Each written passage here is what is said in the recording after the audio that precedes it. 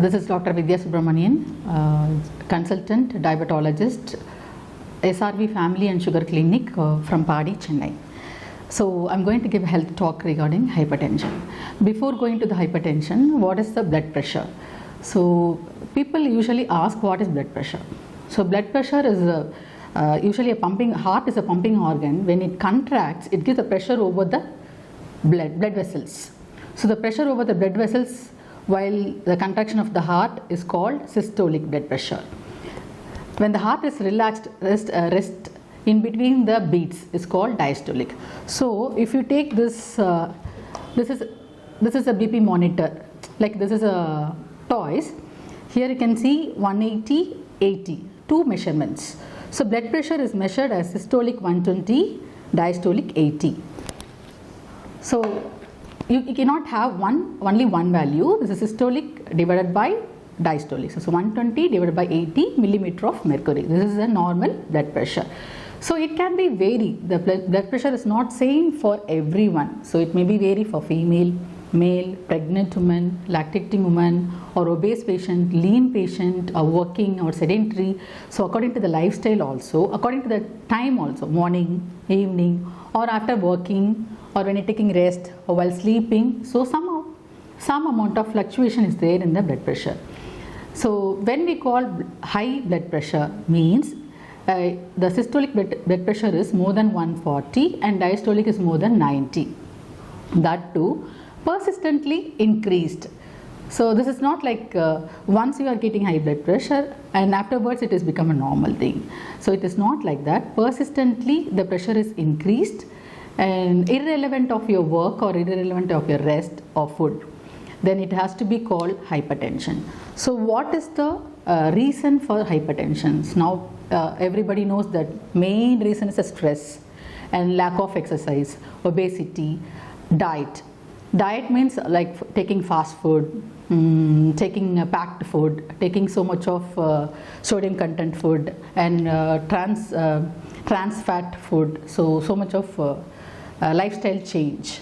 Apart from this, we have some of the risk factors like other comorbidity, have other disease conditions which causes hypertension, and family history, genetic effect, and we can say genetically the person is having hypercholesteremia, like metabolic disorder or problem with the blood vessels, or genetic deformities, like genetic problems also here risk factors.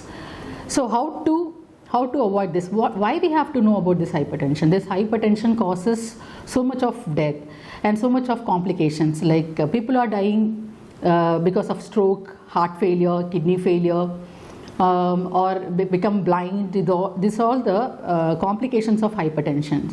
So if you're identified and diagnosed and taken treatment properly, we can avoid these complications and we can monitor it and we can have a healthy life. And what are the things we can do it? Like now globally we have this hypertension day, global hypertension day on May month 17th we are celebrating. What is the theme of this day is like monitor the blood pressure, control it and live it. So this is the theme of this hypertension day, World Hypertension Day. So what are the risk factors? We can control it, we can avoid having hypertension, or we can treat the hypertension, or we can prevent these complications. So first one is exercise.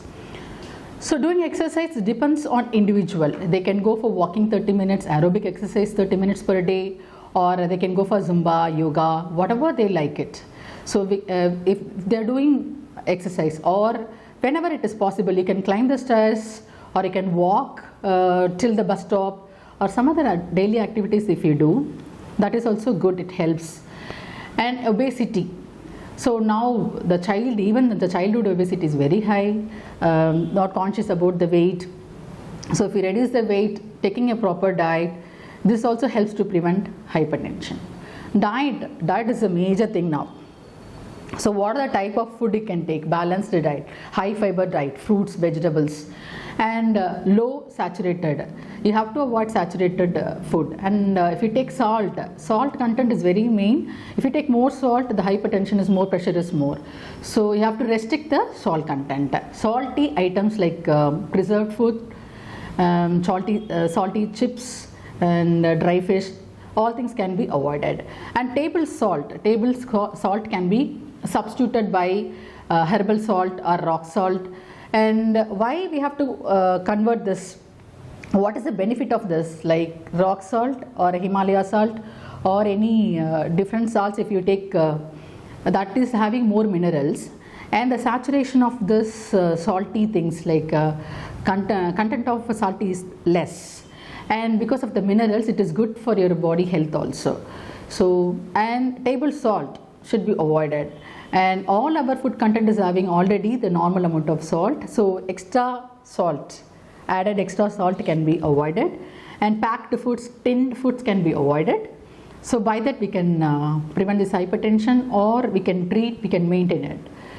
And stress, again, the diet, exercise, sleep, this all will help you to overcome the stress. Apart from this, the individually, you know what is the stress management you can do, which one is helpful for you, like playing cricket or watching TV or watching music, whatever it is helpful for you to overcome the stress, you can have this and you can avoid stress. Because of the stress what happens, it increases your corticosteroids hormones level. This will act on your parasympathetic sympathetic nervous system, so it will increase risk of having a blood pressure. So adequate amount of sleep, 6 to 8 hours per day, good diet, and taking water 3 liters per day, and avoiding of high salted content, we can avoid hypertension. So one more thing, the very important, not the least one, is persistently listening to your doctor, your physician. Once you are diagnosed hypertension, so how to measure the blood pressure? Blood pressure can be measured in your home itself. Home monitor, like a digital monitoring BPAP, is available everywhere. It is available online, all the shops. And you can go to the lab, or you can go to the physician or a family physician. You check your blood pressure. That is very important, because in the initial stage when you are hypertensive, the symptoms disappears. There is no symptoms at all, asymptomatic conditions. You may not have a chest pain, you may not have a giddiness, you may not have any problems, but the pressure is elevated. In that time itself, if you are identified you are hypertensive, well and good, we can have a control, we can avoid complications. So you have to go for the proper BP check. How to check the BP, that is very important. All the time, like they'll go for running, they'll take coffee, tea, they'll go for dinner, and they'll do the night duty, then they'll check the BP. They'll say, oh my God, my blood pressure is very high, the machine is showing very high, 200, 300, like that. So no, it's not a proper way of checking the blood pressure. So your demand of the heart is increased, your BP is increased. That is not the way of checking blood pressure. So cool, calm down, have a night sleep, 6 to 8 hours sleep. Next day wake up and empty your bladder, empty your bowel.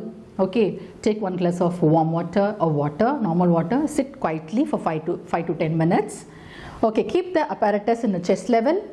Okay, and use the cuff appropriately, like a lean or obese or normal. According to that, cuff size is different. So proper cuff according to your hand. So use the proper cuff and check that battery is working, and tie it just 1 inch above this elbow. 1 inch above this elbow. It has to be wrapped properly. It should be fit enough. Then on the machine and check for your systolic, diastolic blood pressure. So the monitor will show like this. The systolic, diastolic, and your pulse rate. So that will be the proper way of checking the blood pressure. So if you don't know, if you don't have apparatus, cool. You go to your physician, check consecutively, daily 3 days, same apparatus, same time, same dress. Okay, cool down and check the BP, and you will come to know whether you are hypertensive or not. Okay, you are diagnosed hypertension, you are diagnosed hypertensive.